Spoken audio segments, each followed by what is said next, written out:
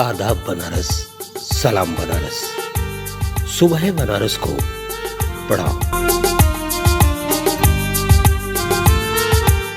सुधीजनों, कहानी का अर्थ होता है जिसे कहने में कोई हानि ना हो, लेकिन जब पूरी कहानी कंप्लीट हो जाए, पूरी हो जाए और उसका कोई सकारात्मक उद्देश्य हमें प्राप्त हो, तो ऐसी कहानी अवश्य कहनी चाहिए। ऐसे ही कुछ सकारात्मक और प्रेरणादायी कहानियों को लेकर मैं आपके समक्ष आ रहा हूं। प्रत्येक हफ्ते एक सुंदर कहानी जो जीवन का एक सुध आपको देगी, मैं आपको देता रहूंगा। तो आइए सुधीजनों, कहानियों की इस श्रृंखला में आज एक खूबसूरत कहानी से आपको मैं रूबरू कराता हूं।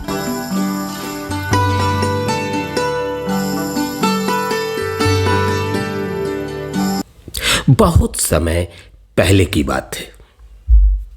एक राज्य में एक घोड़ों का व्यापारी आया और उस घोड़े के व्यापारी को कहा गया कि तुम्हारे घोड़ों को खरीदने की स्थिति मात्र राज्य के राजा साहब की है। लिहाजा व्यापारी राजा साहब के दरबार में आया।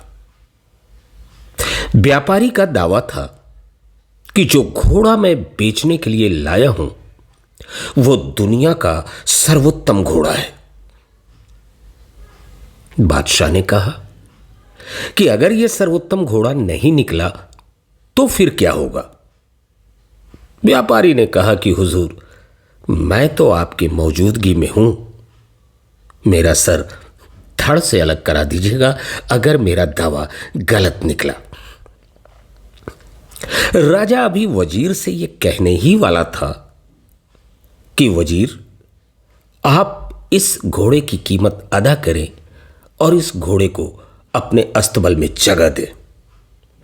तभी वजीर ने धीरे से राजा साहब के कान में कहा, हुजूर, अपने राज्य में एक अंधा व्यक्ति है और कहते हैं जिसके पारखी होने की बातें बहुत दूर दूर तक कही, जानी और समझी जाती है। क्यों ना हम लोग इस बेशकीमती सौदे के पूर्व उस अंधे की सलाह ले लें। राजा को बात जची। राजा ने आदेश दिया कि आप उस अंधे को दरबार में बुलवाइए।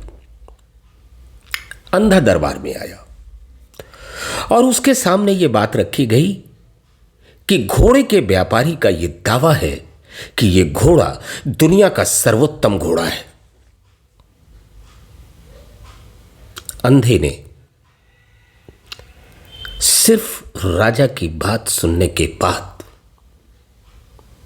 घोड़े के करीब जाकर उसकी पीठ पे हाथ फेरा और फिर वो मुखातिब हुआ राजा साहब के पास। उसने कहा कि व्यापारी का दावा बिल्कुल गलत है। ये किसी बूढ़ी घोड़ी की औलाद है। राजा के तो होश उड़ गए और कड़कती आवाज में व्यापारी से पूछा कि सच सच बता कि वास्तविकता क्या है, और अगर तूने सच नहीं बताया तो तेरा सर धड़ से यहीं कलम कर दिया जाएगा। व्यापारी ने हाथ जोड़कर कहा कि हुजूर, अंधा जो कुछ कह रहा है बिल्कुल सच है। सुधीजनों, व्यापारी का क्या हुआ मुझे बिल्कुल नहीं पता, लेकिन एक बड़ी अनहोनी घटना हुई। राजा ने वजीर को हुक्म दिया कि इस अंधे को कैद कर लिया जाए और सलाखों के पीछे डाल दिया जाए। बात आई गई होगी।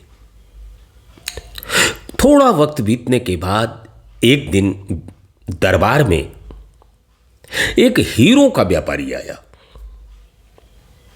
और इस व्यापारी का दावा भी बड़ा अनोखा था। हीरे के व्यापारी ने कहा कि हुजूर, जो हीरा मैं लाया हूं वो दुनिया का सबसे बेशकीमती हीरा है। राजा ने कहा कि वजीर साहब, अगर पूरा खजाना खाली होता है तो खाली हो जाए, लेकिन ये बेशकीमती हीरा मुझे चाहिए। वजीर ने फिर धीरे से राजा के कानों में कहा कि हुजूर, थोड़ा उस अंधे की सलाह भी ले ली जाए। राजा को बात जची।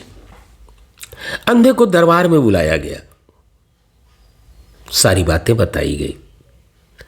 अंधे ने हीरे को लेके हाथ में थोड़ा सा तौला, टटोला और फिर उसकी उद्घोषणा ने तो पूरे के पूरे दरबार में सन्नाटा छा दिया।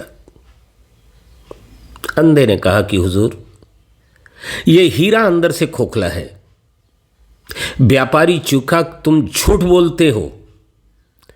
अंधे ने कहा कि मैं हुजूर की अख्तियार में हूं और अगर मैंने झूठ बोला है तो इसकी तस्दीक होते ही वो मेरा सर कलम कर दें, लेकिन मेरी फितरत यह है कि मैं झूठ नहीं बोला करता। राजा ने उस हीरे के व्यापारी पे चांप चढ़ाया, कहा सच बता वरना तेरी जान जानी तो बिल्कुल पक्की है। व्यापारी अड़ा रहा अपनी बातों पे और अंत तो गत्वा राजा ने कहा कि वजीर, इस हीरे को टुकड़े किए जाएं, क्योंकि अंधे का दावा था कि हीरा अंदर से खोखला है। व्यापारी ने फिर राजा से कहा कि हुजूर, अगर यह गलत साबित हुआ फिर क्या होगा? राजा ने कहा पूरी कीमत अदा कर दूंगा, लेकिन पहले मुझे यह देखना है कि यह बात सच है या गलत। हीरा तोड़ा गया, हीरा अंदर से खोखला था। अंधा फिर एक बार सही साबित हुआ था। व्यापारी का क्या हुआ ये मुझे नहीं पता, लेकिन सुधीजनों, राजा ने फिर आदेश दिया वजीर को कि इस अंधे की कैद को थोड़ा और सख्त कीजिए आप, और उसे वापस जेल में डाल दिया गया। ये बात भी आई गई हो गई। बहुत दिनों के बाद राजा साहब अपनी रनिवास में जा रहे थे। रनिवास का अर्थ तो आप जानते ही होंगे, जहां राजा साहब की रानियां रहती हैं। और राजा साहब के रनिवास के जाने के बीच में अंधा जहां पे कैद किया गया था वह कैद खाना भी था। और एकाएक राजा साहब को अंधे ने आवाज दी कि यदि मैं गलत नहीं हूं तो हुजूर जा रहे हैं क्या? राजा आवाज पे पलटा और उसने कहा, हां मैं ही हूं। अंधे ने कहा कि हुजूर आपसे कुछ बातें कहना चाहता था, काफी दिनों से सोच रहा था। राजा का दिल बल्लियों उछलने लगा। अब न जाने कौन सी बात ये अंधा कहने वाला था। और तभी अंधे ने बहुत गंभीर आवाज में कहा कि हुजूर, जो कुछ भी मैं आपसे कहने जा रहा हूं, शायद उसके बाद मेरी जान न बचे, लेकिन क्या करूं, मेरी तो फितरत ही है सच को कहने की। और यह जानते हुए भी कि इस सच को सुनने के बाद आप मेरा सर धड़ से अलग करा देंगे, मैं सच कहे बिना नहीं रह सकता। और फिर अंधे ने वो बात कही कि राजा सन्नाटे में आ गया। अंधे ने कहा कि हुजूर, यदि मैं गलत नहीं हूं तो रानी बदचलन है। राजा के तो होश उड़ गए। राजा को समझ में नहीं आ रहा था कि यह बात कह लेने के बाद मैं पहले जो कही गई बात है उसकी तस्दीक करूं या फिर अंधे पे कार्रवाई करूं। और आखिरकार राजा ने यह तय किया कि पहले अंधे की बातों को मैं तस्दीक करूंगा। राजा ने वजीर को बुलाया और उद्घोषणा किया कि मैं कुछ दिनों के लिए शिकार खेलने के लिए जा रहा हूं। और राजा शिकार खेलने के लिए चला गया, जबकि वास्तविकता यह बिल्कुल नहीं थी। और राजा तय समय के पहले ही वापस आ गया। रानीवास में वजीर ही पकड़ गया रानी के साथ। अंधे की बात बिल्कुल सच थी, लेकिन राजा का दिमाग की नसें फटी जा रही थीं कि अंधे को आखिर यह कैसे पता चला। किसी तरह से मन को शांत किया। नवनियुक्त वजीर को बोला कि इस अंधे के सलाखों की सख्ती बढ़ा दीजिए। और यह बात भी धीरे धीरे नए पथ में चली गई। वक्त बीता, समय बीता, एक अच्छा खासा वक्त गुजर गया। लेकिन एक दिन अचानक एक घटना फिर हुई। राजा रानीवास में जा रहा था, तभी अंधे ने आवाज दी, हुजूर, गुस्ताखी माफ हो, कुछ बातें कहना चाहता हूं। और राजा का दिल धड़कने लगा कि अब बाकी क्या बचा है जो अंधा कहने वाला है। सलाखों के अंदर यह कैद है और उसके बावजूद वह सच कहता है। राजा करीब आया, बोला, बोलो क्या कहना चाहते हो। अंधे ने कहा कि हुजूर, अब तो जो बात मैं कहूंगा शायद आप अपना आपा ही खो बैठे। मेरी मौत सुनिश्चित है, लेकिन बताया ना हुजूर, अपनी तो फितरत ही कुछ अलग है। सच कहे बिना मैं रह नहीं सकता। राजा ने कहा कि जल्दी बोलो, तुम क्या कहना चाहते हो।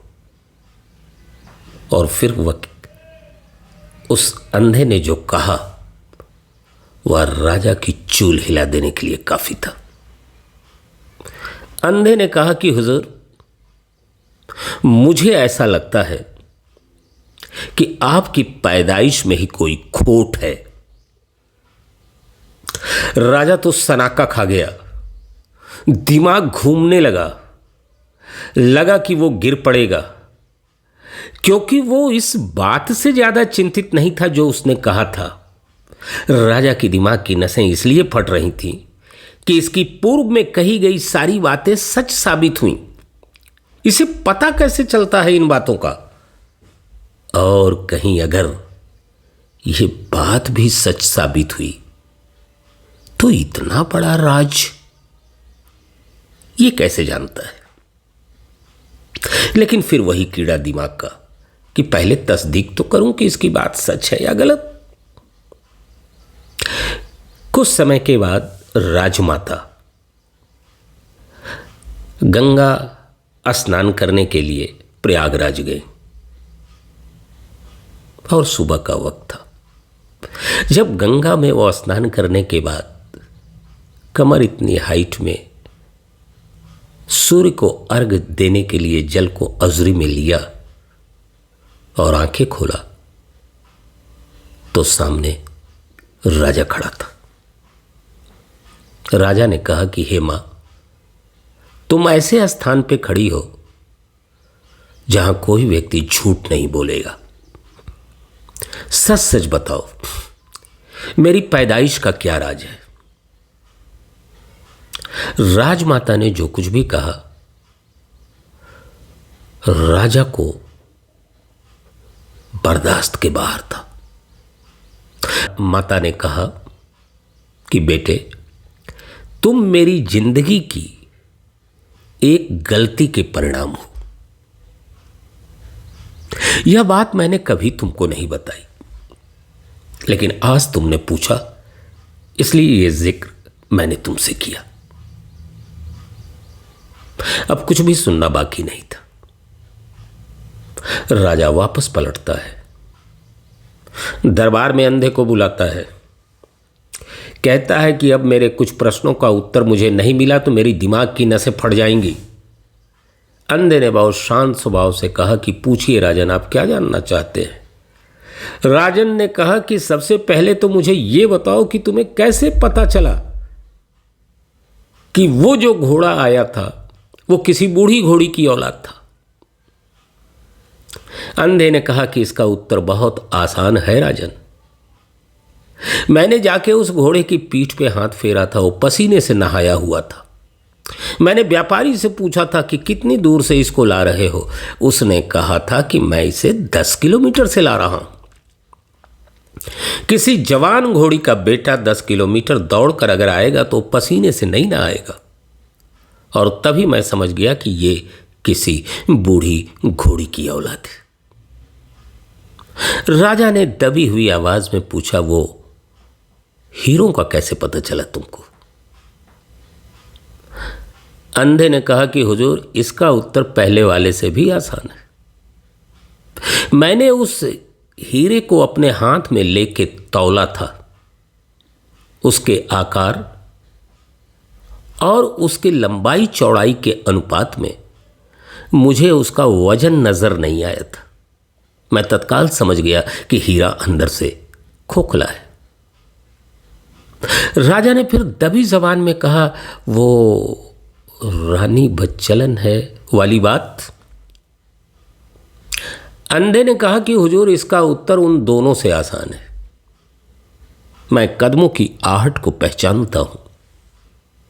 आपके रनिवास में जाने के बाद और वापस हो जाने के बाद एक और कोई कदमों की आहट मेरे कानों को सुनाई देती थी। इसका सीधा सा उत्तर था कि आपके चले जाने के बाद कोई और है जो रनिवास में जाता है।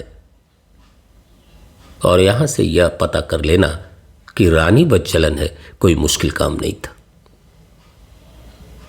और अंत में राजा ने लरजते आवाज में, दबी आवाज में पूछा कि मेरे पैदाइश में खोट है, ये कैसे जाना तुमने। अंधे ने जो कुछ कहा राजा को शॉक्ड कर देने के लिए काफी था। अंधे ने जो कुछ कहा वो जमाने में व्यवहारिकता का एक अद्भुत नमूना है। अंधे ने कहा कि राजन, मैं आपसे सच पे सच बोलता रहा और आप मेरी कैद की सलाखों की सख्ती बढ़ाते रहे। सच पे सच बोलता रहा। मुझे इनाम व इकराम देने के बजाय आप मुझे कैद की तन्हाइयां दे रहे थे। और तभी मैं समझ गया कि ऐसा कार्य वही व्यक्ति कर सकता है जिसकी पैदाइश में खोट हो। सच्चा और सच्ची बातों को सुनने वाला व्यक्ति ऐसी हरकत कभी नहीं कह सकता। जय हिंद, वंदे मातरम। फिर किसी एक नई खूबसूरत कहानी के साथ अगले हफ्ते आपसे मिलूंगा। तब तक के लिए इजाजत दें। नमस्कार।